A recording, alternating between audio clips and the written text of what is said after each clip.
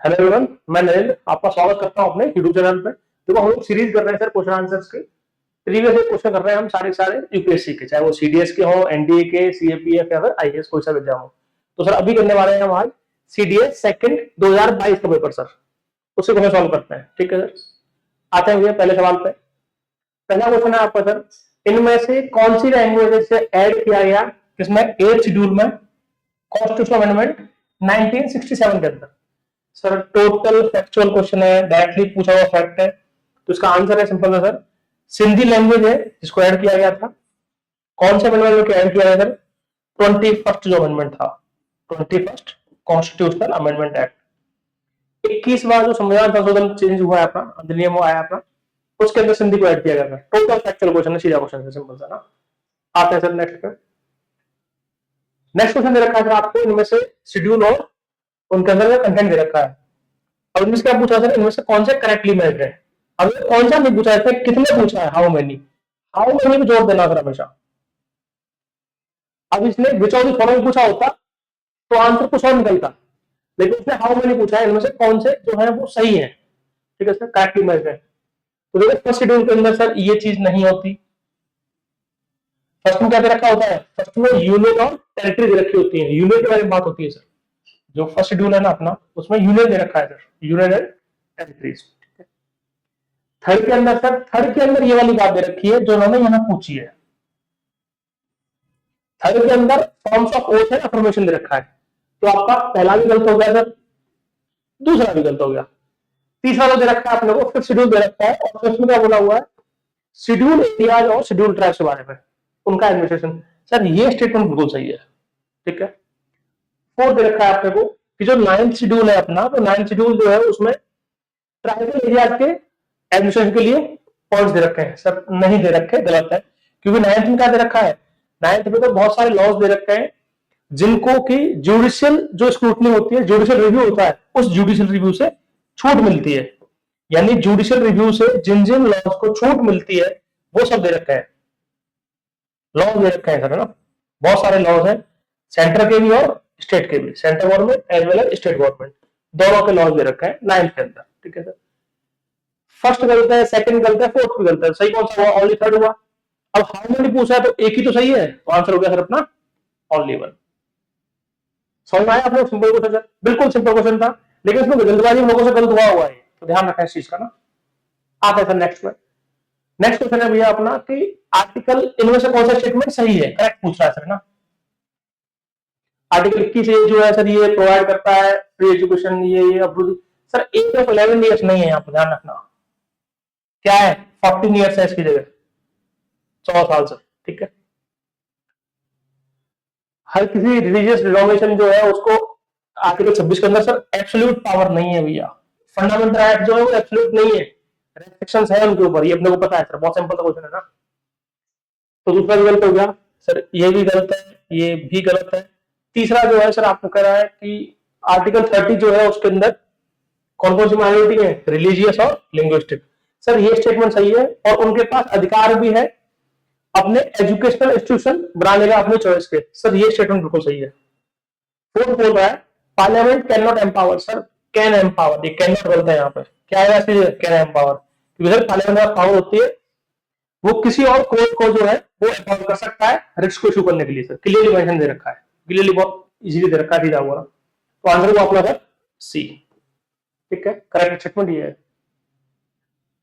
Next question है sir, वो दे रखा है आपको, वापस से फैक्ट क्वेश्चन है, सिंपल सा फैक्चुअल, कि जो सेंट्रल लेबर एक्ट्स हैं उन्हें मर्ज कर दिया गया है और एक नया एक्ट लेके आए, जैसे फैक्ट्री एक्ट को, प्लांटेशन लेबर एक्ट, ये सब आपको कौन से एक्ट में मिलेंगे इन चार में से?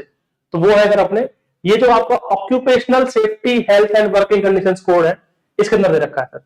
वंस अगेन सीधा फैक्चुअल क्वेश्चन है, सीधा फैक्ट है सर, इसमें मतलब कुछ भी।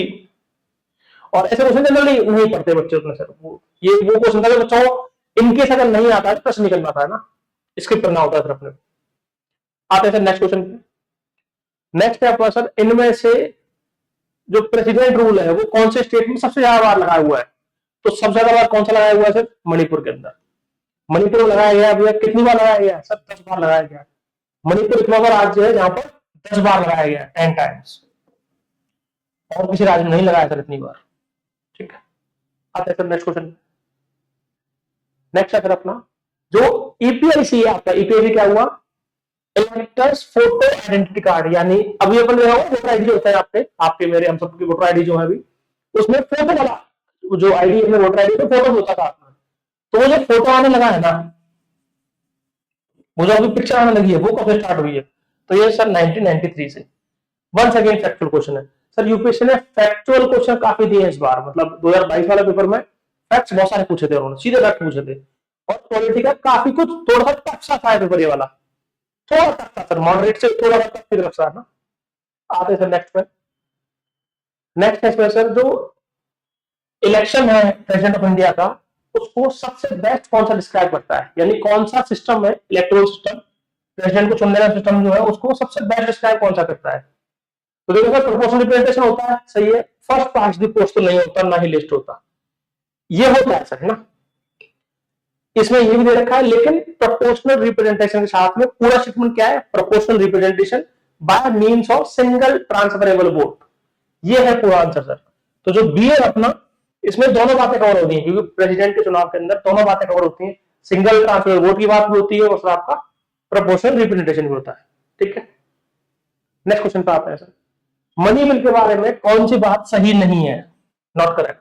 मनी बिल जो होता है अपना, कौन सा आर्टिकल होता है मनी बिल में, 110 में, इनमें से कौन सी बात सही नहीं है सर ना, not correct. Most of the time sir आपको बताया जा रहा है इस चीज को कि नॉट करेक्ट और करेक्ट, इस पर जोर दिया करो, उसको अंडरलाइन किया करो, इस तरह से ऊपर से मार्क किया करो उसको सर, सबसे इंपॉर्टेंट वही होता है। Money bill can not be introduce in the council of states, सही है स्टेटमेंट सर, सिर्फ क्योंकि लोकसभा में होता है। Council of states has no power to reject और अमेंड, सर नहीं होती, सही स्टेटमेंट है, रिजेक्ट और अमेंडमेंट नहीं कर सकते उसको, ना रिजेक्ट कर सकते ना अमेंडमेंट कर सकते उसको ना, मनी बिल को। Speaker of the Lok Sabha has the sole and final power in dealing in deciding whether bill is a money bill और नॉट, सर ये भी स्टेटमेंट बिल्कुल सही है, तीनों स्टेटमेंट बिल्कुल सही है सर।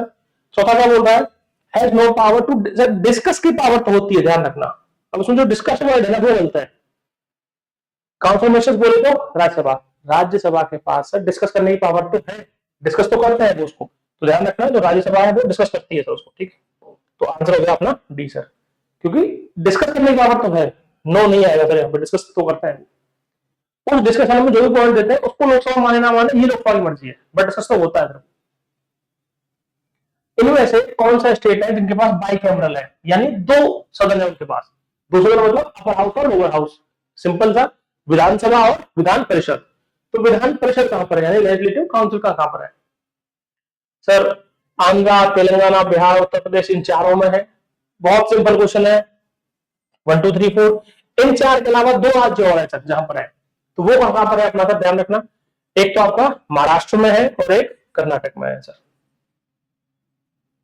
ये दो राज्य और है जहां पर है आपका महाराष्ट्र एंड कर्नाटक, ठीक है, दो राज्य और है जहां पर है सर, टोटल 6 राज्य हो, पहले जम्मू कश्मीर भी था बट जम्मू कश्मीर स्टेट नहीं था, तो इसलिए 6 रहते हैं, पहले 7 हुआ करते थे, ठीक है सर। आते हैं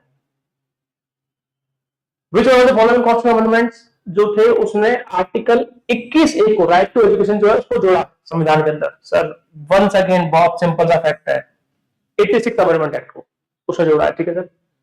ये जो आर्टिकल 21A में बात बोली गई है ना कि बच्चे को अधिकार है, अच्छा इसमें 21A में क्या रखा है कि जो बच्चा है ना 6 to 40 ईयर्स का जो भी बच्चा है, 6 से लेके 40 ईयर्स तक का जो भी चाइल्ड है, उसका एक फंडामेंटल राइट है कि उसको एलिमेंट्री एजुकेशन मिलेगी और फ्री मिलेगी sir, free and compulsory education मिलेगी। राइट टू एजुकेशन का मतलब ये यहाँ पे 6 to 40 ईयर्स का बच्चा क्लेम कर सकता है, अगर उसे एजुकेशन नहीं मिल रही है तो सरकार से मांग सकता है सर, इसीलिए सरकारी स्कूल खोले गए, ध्यान रखना, जो गवर्नमेंट स्कूल ओपन किए गए ना पूरे सिस्टम में वो इसीलिए किए गए हैं सर, ठीक है। आते हैं नेक्स्ट पर, तो 86 अमेंडमेंट में आई थी बात ना, अटल बिहारी गवर्नमेंट थी सर, है ना, अटल जी प्रधानमंत्री थे उस टाइम पे। Which one of the following is not a category under which the President of India nominate member of Parliament? Sir president जो है वो नॉमिनेट करता है कितने मेंबर्स को, 12 मेंबर्स को, 12 एमपी को नॉमिनेट करते हैं सर, ठीक है, पार्लियामेंट के अंदर। तो यहां पूछा जा रहा है पार्लियामेंट में कौन से उसमें, राज्यसभा में करता है सर, ध्यान रखना, पर्टिकुलर राज्यसभा में करते हैं। तो इनमें से पूछ रहे हैं कौन सा एक कैटेगरी नहीं है सर, नॉट, इनमें से कौन सी कैटेगरी नहीं है, तो कौन सी नहीं है, स्टेट सर्विस नहीं होती सर, ध्यान रखना, बाकी लिटरेचर, साइंस, आर्ट ये तो होती है। इसके अलावा क्या होती है? स्टेट सर्विस की जगह स्टेट सर्विस नहीं होती है, ध्यान रखना सर। आंसर हो गया दिया आपका। इसके लिए क्या होती है? Social service sir. स्टेट की जगह क्या है? सोशल सर्विस होता है वहां पर। ठीक है सर, आते हैं नेक्स्ट क्वेश्चन पे। नेक्स्ट है सर अपना, इंडिया की जो एक इंडिया यंग कंट्री है वो सर, तो मीडियम एज क्या है उसके भी? मीडियम एज का मतलब क्या होता है sir? Most of the population जो है उस एज ग्रुप में है, यानी आधी से ज्यादा पॉपुलेशन उस ग्रुप में है। तो आंसर है सर अपना 25 से 30। इंडिया का एक्चुअल में जो मीडियम एज है वो है 28 के आसपास सर, 28 ईयर्स, 28 साल। यानी इंडिया की टोटल पॉपुलेशन का आधे से ज्यादा लोग, आधे लोग 50% या उसके आसपास, वो जो है वो 28 साल के आसपास के हैं सर। ठीक है, उससे कम है, 28 से कम है। ठीक है, आते हैं नेक्स्ट क्वेश्चन पे। ब्लू हेलमेट किनको बोला जाता है सर? क्वेश्चन है भैया आपका, ब्लू हेलमेट किन्हें बोला जाता है? ब्लू हेलमेट सर बहुत ज्यादा यूज होता है कई बार उनके लिए, किसके लिए? यूनाइटेड नेशंस पीस कीपर्स के लिए। तो जो आपके यूनाइटेड नेशन से यूएनएससी जो है उसके लिए होता है, और इंडिया जो है उसका हाईएस्ट कॉन्ट्रीब्यूशन है, ध्यान रखना सर। यानी सारे कंट्रीज अपनी अपनी फौज में से कुछ लोग भेजते हैं वहां पर, तो इंडिया ने हाईएस्ट भेजे हैं अभी तक ना ब्लू हेलमेट्स। ब्लू हेलमेट्स इन्हें बोला जाता है क्योंकि उनका हेलमेट ब्लू कलर का होता है, उसका सिंपल रीजन है, ड्रेस ब्लू होती है पीस कीपर्स की। आते हैं नेक्स्ट पर, बाई कैमरल लेजिस्लेचर होता है, यानी कि आपका लोअर हाउस और अपर हाउस जो होता है, जो सिस्टम होता है पूरा। हाउस दो तरह के हैं सर, लोकसभा और राज्यसभा अपने पास, और स्टेट्स में है आपके पास दोनों, कौन कौन से? विधानसभा और विधान परिषद। उनका कौन सा बेनिफिट नहीं है? क्वेश्चन क्या है सर? बेनिफिट नहीं है, कौन सी चीज है इसका बाइकैमरल का बेनिफिट नहीं मिलता? सेकंड चैम्बर जो है वो चेक करता है फर्स्ट चैम्बर को, प्रिवेंट मेजोरिटी रूल। सर ये होता है ऐसा, स्टेटमेंट सही है बिल्कुल, पहला वाला बेनिफिट है। पावर्स ऑफ एग्जीक्यूटिव को चेक करता है, बिल्कुल करता है सर। बहुत सारे लॉज हैं, अगर वो एग्जीक्यूटिव ने कोई गलत लॉ बना दिया कुछ भी है तो उसको पास नहीं होने देंगे। या कोई लोकसभा, मान लो किसी पार्टी के पास लोकसभा में बहुमत है लेकिन राज्यसभा में नहीं है, होता है सर ऐसा। अब मान लो वो लोकसभा से कोई बिल पास कर दे जो कि सही नहीं हो, तो उसको चेक करने का काम करता है सर राज्यसभा, बिल्कुल करता है सर। सेकंड चैम्बर जो है वो कॉन्स्टिट्यूशनल सेफगार्ड भी है, बिल्कुल है सर, तीनों स्टेटमेंट सही है। इट ऑफन एक्ट्स है check on democratic rule. Sir ये डेमोक्रेटिक रूल पे चेक नहीं करना चाहिए एक बार, क्योंकि उसके जो मेंबर है वो इलेक्टेड नहीं है सर, वो इनडायरेक्टली इलेक्टेड है। ठीक है, तो ये बेनिफिट नहीं है किसी भी तरह का। तो आंसर हो गया अपना D sir, simple. By cameral उसका नेगेटिव पॉइंट पूछा गया है कि उसका बेनिफिट क्या नहीं है, तो उसका ये बेनिफिट नहीं है सर किसी भी तरह से। ये जो बात बोली गई है ना, ये बात सही नहीं है, बाकी तीनों स्टेटमेंट बिल्कुल सही है सर। इन तीनों से तो बेनिफिट होता ही होता है हमेशा। ठीक है सर, आते हैं नेक्स्ट क्वेश्चन पे। नेक्स्ट है सर अपना, इंसॉल्वेंसी और बैंक्रप्सी बोर्ड ऑफ इंडिया जो है वो कब स्टैब्लिश हुआ? Once again sir factual question. Sir 2016 में स्टैब्लिश हुआ। अब देखो एक चीज सोचो, 2016 में बनी एक चीज, क्वेश्चन का पूछा आपसे 2022 में। सर यूपीएससी ने 6 साल बाद क्वेश्चन पूछा आपसे, 2016 में बन गई थी वो चीज। ठीक है, ये हुए सर अपने आज के क्वेश्चन। इसका काम क्या है? इंश्योरेंस और बैंक्रप्सी वाले जो दिवालिया हो जाते हैं उसके लिए है सर, जो दिवालिया हो गए, बैंकरप्ट हो गए, उनके लिए उन्हें जल्दी से उनका सिस्टम खत्म किया जाए, मतलब जो जो दिवालिया घोषित हो गए वो लोगों का जो भी प्रॉपर्टी है उसको एंगेज करके, उससे लेकर के वो सब चीजें जो दिवालिया घोषित किया जाता है उसके लिए बनाया गया था बोर्ड सर, पूरा पूरा। और एक काम कर रहा है ये, और सुना हो विजय माल्या से लेकर बहुत सारे लोग देश छोड़ भाग गए, तो उनकी प्रॉपर्टी सीज करके उससे जो बैंकरप्ट हो गए उनसे उस बैंकों का पैसा चुकाया जाता है सर, ये प्रोविजन है। ठीक है, इसलिए मैंने देखा विजय माल्या की होटल वगैरह की जो लीज हुई थी उनको नीलामी हुई थी, लीज नहीं हुई सॉरी, नीलामी हुई थी, है ना, बिडिंग होती है, वो सब चीजें तो कब आया सर? 2016 में आया। ठीक है, ये हुए सर अपने आज के क्वेश्चन सारे सारे सर, CDS 222 के सर। ठीक है, मिलते हैं सर नेक्स्ट वीडियो में और क्वेश्चन साथ में। Okay, thank you.